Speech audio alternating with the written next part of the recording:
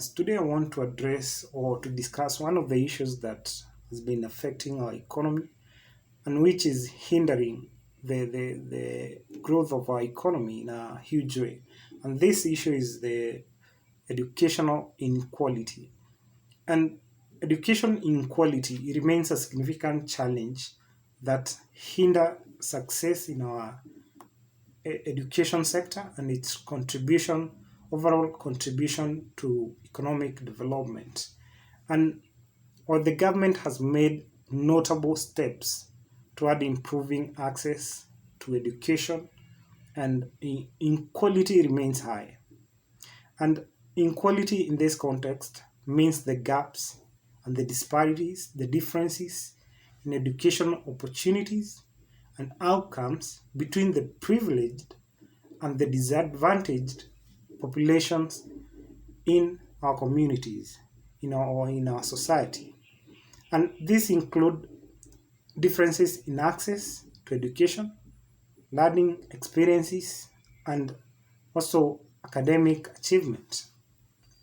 A survey conducted by Usawa Agenda, that's a Kenyan organization, revealed the reality of education inequality in our country. According to this survey, 8.5% of school aged children were found to be out of school, and that translates to 1 million, approximately 1 million children who are out of school.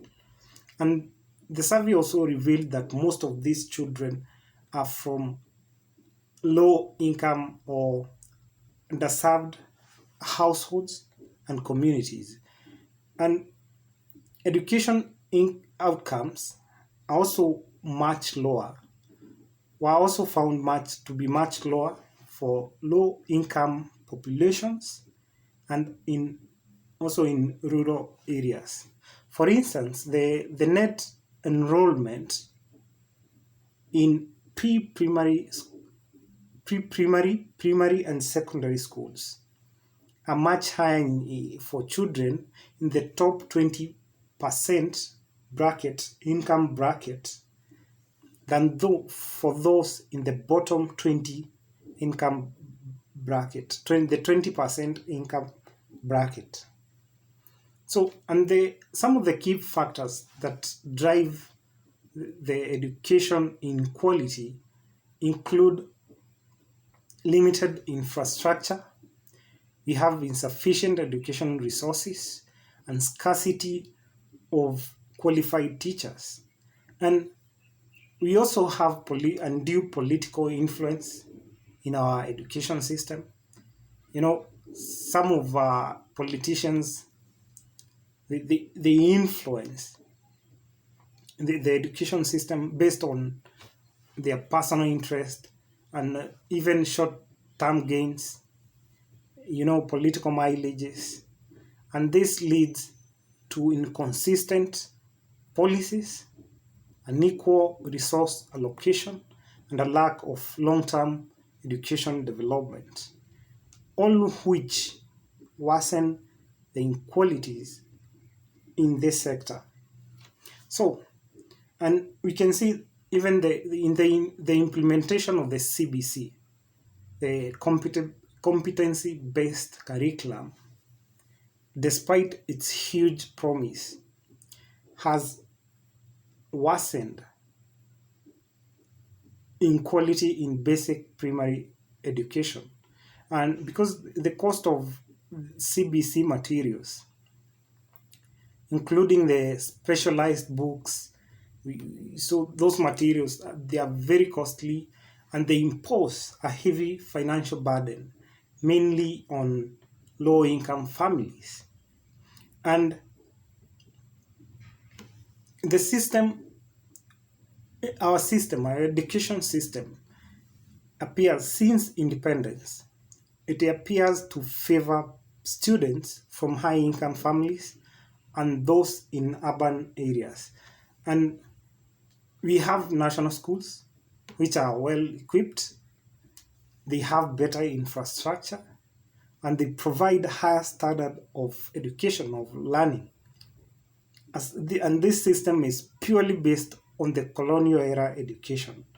And students attending these schools, the national schools, or they receive high, of course, they receive high quality education because they have access to well-equipped laboratories, libraries, or even qualified teachers. But in contrast, learners attending other schools like sub-county secondary schools, they often receive lower quality of education compared to those attending the national schools. And we, the situation is even worse in the primary schools, where we have some students in marginalized areas learning under trees. Some share the scarce learning materials and they have no access to qualified teachers, and yet they all sit for the same exams. And we expect their academic performance to be the same, and even their economic productivity in future to be the same. And this ultimately is unfair, and the gaps in the academic performance affect how people the future it create gaps in future opportunities and how people or adults exploit future economic opportunities. And why should we be concerned about education inequality in our country?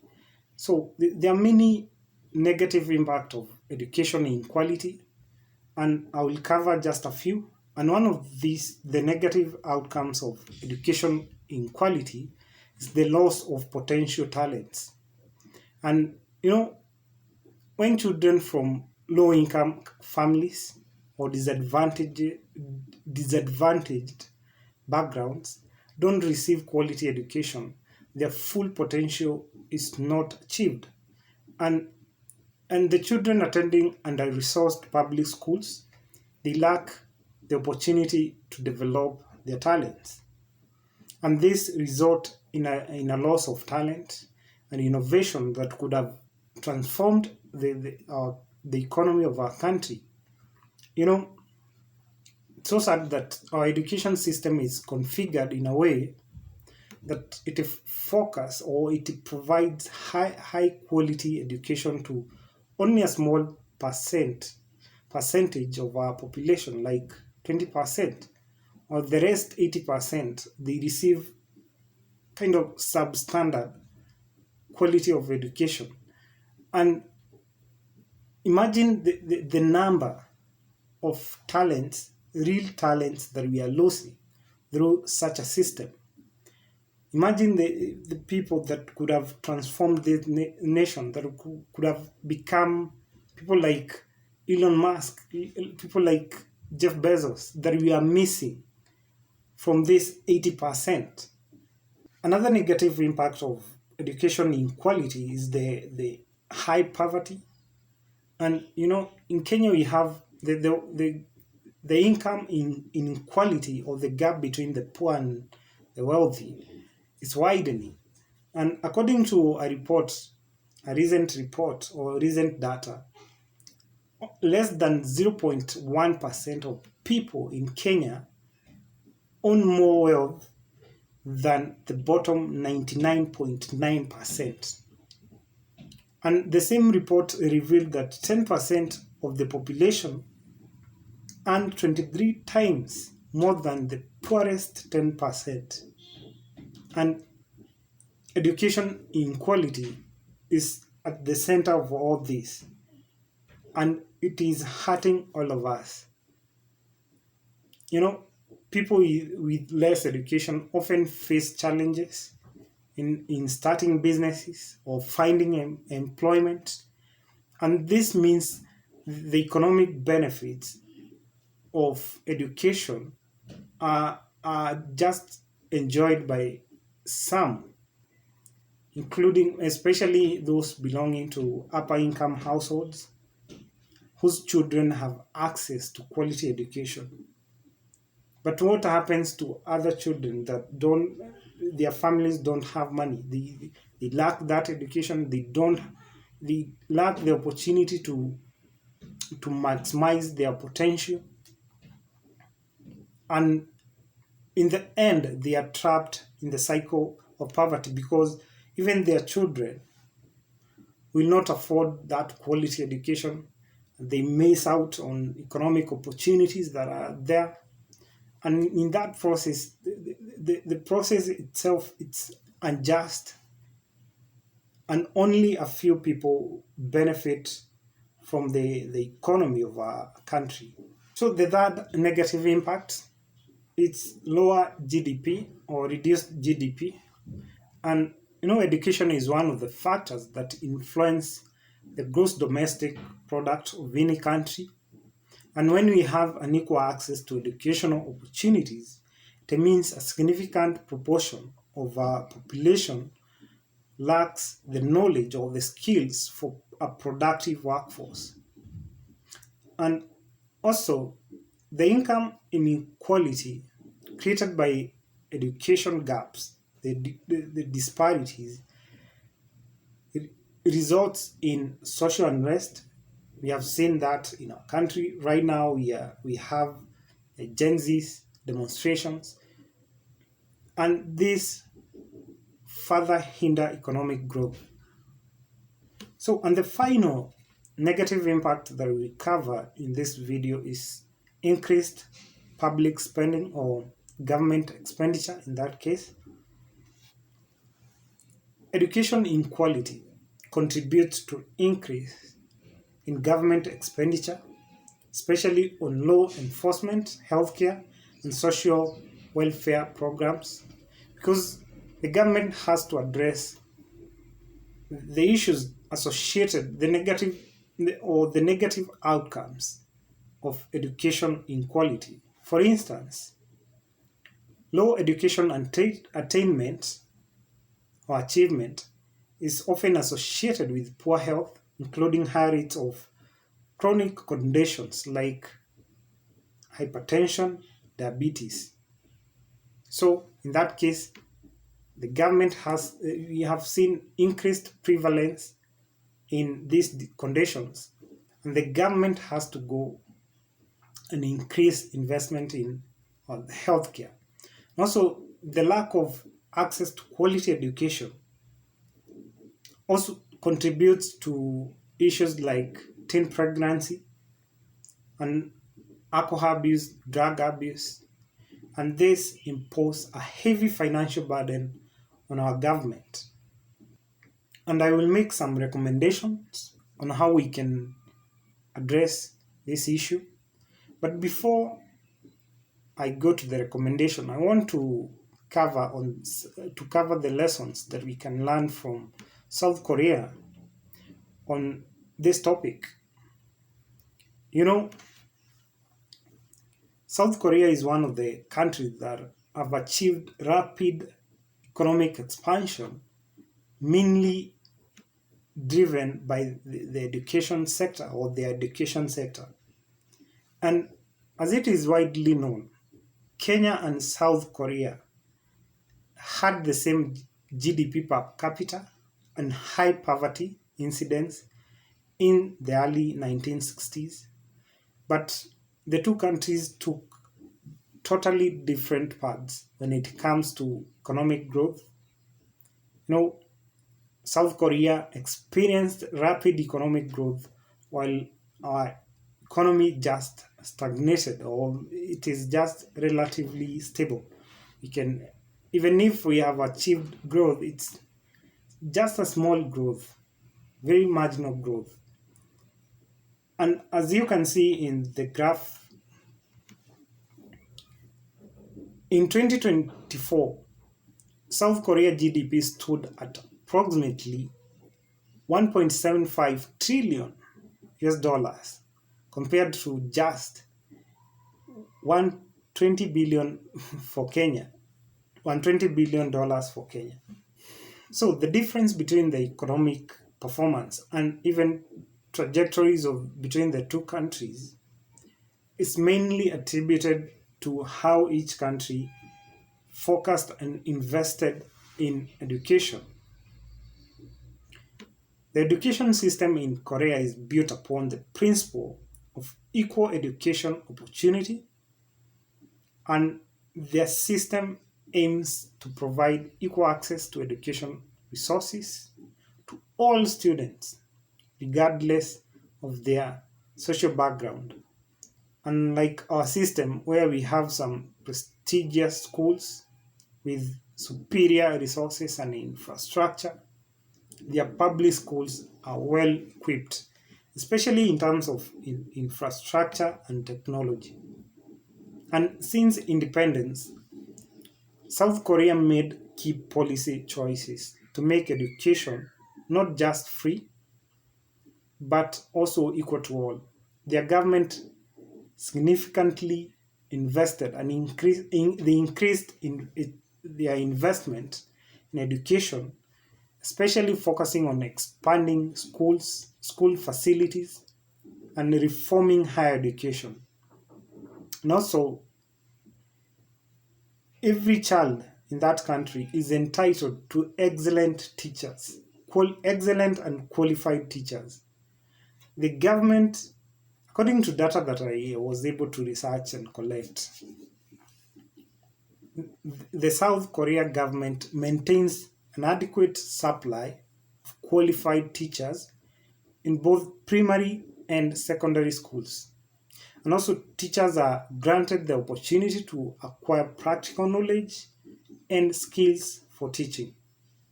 So they don't have problems with teachers. And their commitment to education equality is signified or demonstrated by the adoption of the equalization policy, which was implemented in 1970s.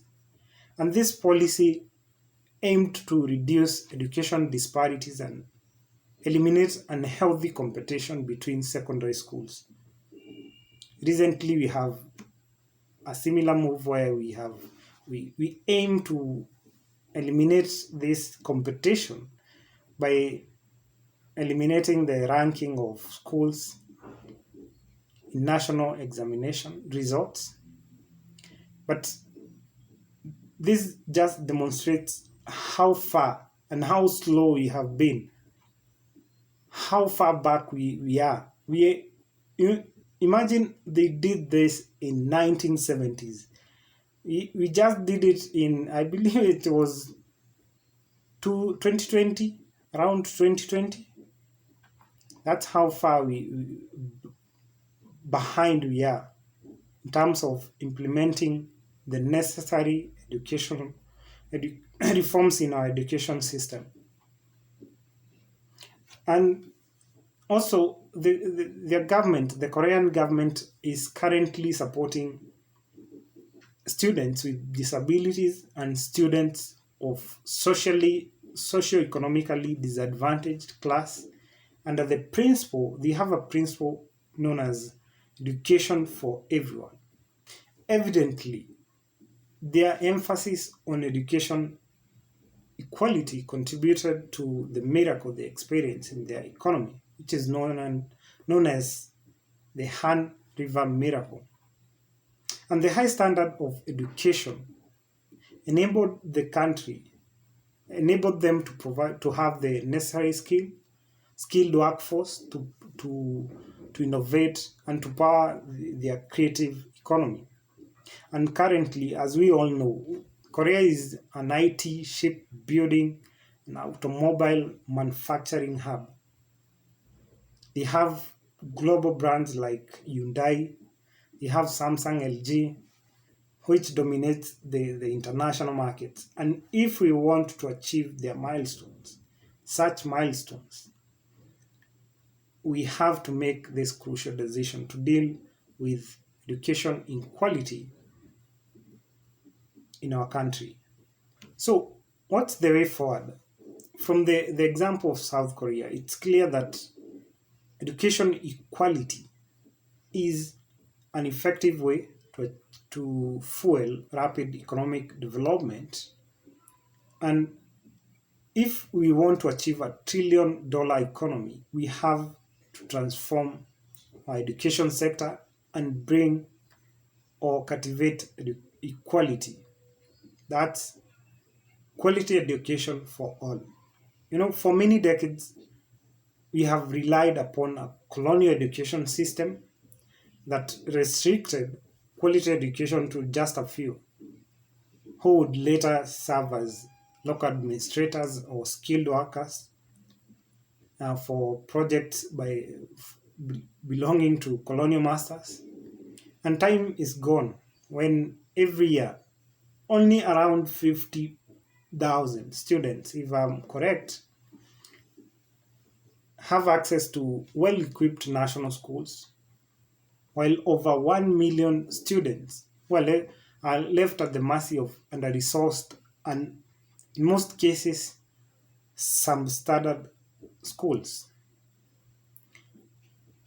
And don't get me wrong, to be just clear, I'm not against rewarding the best performing students, but the fact remains that without education equality, it is impossible to achieve rapid economic expansion comparable to what Korea achieved, regardless of the theory of development adopted by the government in place. And here are just of the few recommendations that I make that we should do, that the government should do to promote educational quality in our country. And I share these recommendations while being aware that the government has an initiative to promote equity and inclusion under the National Education Sector Strategic Plan 2023-2027. First, the government should increase resource allocation for construction of new public schools, especially in remote and marginalized areas, including overpopulated areas like in slums. No single Kenyan child should be learning under trees. And of course, this is not an easy task. It requires massive investment. And our aim is to have a long-term plan to either build new schools. The second recommendation is that we should establish equal standards of school infrastructure. No public school should have superior resources and infrastructure than the others. All schools should have the same basic facilities and resources to support safe and effective learning. And this includes adequate classrooms, libraries, computer labs, electricity, sanitation, facilities, and all appropriate resources, other appropriate resources. And we should have a minimum design standards for classrooms. This means if we choose to install or to have tiled floors in public schools, it should be done in all schools. We can't have some students learning under trees or classrooms that are neither here or not there, while other enjoys well-equipped schools, classrooms that are well designed, well equipped labs, and even high end sport facilities. Then we give the students the same exams and expect them to produce the same performance. That's an injustice. Our aim is not only to provide access to schools and learning environment, but also we should ensure that education that is offered in public schools is effective and meets high standards. That the government should guarantee free education for primary school and expand the free education to the secondary education in the medium term. And every Kenyan child should be guaranteed access to high quality free primary education. And our ultimate goal is to ensure that most children get or students get the highest level. We have higher rates of transition to university education. Right now we are doing around 30 something percent. We should aim to increase that to 70 to and between 70 and 80%. So the fourth recommendation is that we should abolish national schools and the categorization of secondary school system. And eliminating this categorization would would create it would create a platform that where we can achieve equalization and uproot the colonial legacies from our education system. And the fifth recommendation, we should align our education system with the national development goals. Our education system should provide the necessary skilled workforce at the right time for the right purpose. And another one, the government should increase its support for students in need of special consideration, including orphans and students with disabilities and students of socio-economically disadvantaged class. And this support can be offered in terms of free uniform or meals. And lastly, this is my final recommendation. We should depoliticize. I'm not sure if this is the correct word. We should remove or minimize politics in our education system. The undue influence of politicians on our education system is very harmful. It's the main reason why we have been slow in developing or adopting the education reforms. And a good example is the negative impact of the politicized decision making, which has delayed disbursement of capitation funds to our schools. And look, even in the issues or delays or issues in implementation of the CBC, mainly due to political debates. And in my view, politicians should no longer interfere with our education system. This include in areas like disbursement of bursaries and even construction of schools through the NGCDF. The management of our education system, including the construction of schools, should be reserved to the Ministry of Education and other relevant agencies. So to conclude, we have seen that education inequality is a real issue in our country, and I've also made some recommendation or changes that we can adopt to promote education equality. And these changes, I believe, will apparently create a system that is fair to all and that is free from partisan agendas.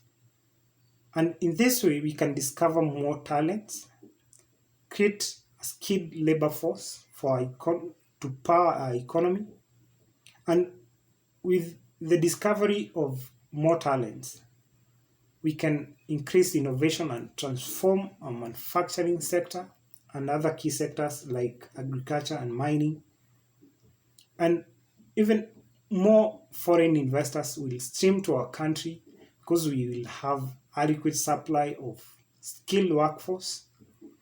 This will create more jobs for our young people and even improve the livelihood or the quality of life of all Kenyans.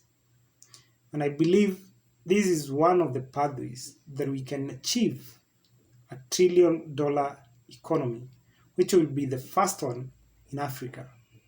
That's my take. See you in the next one.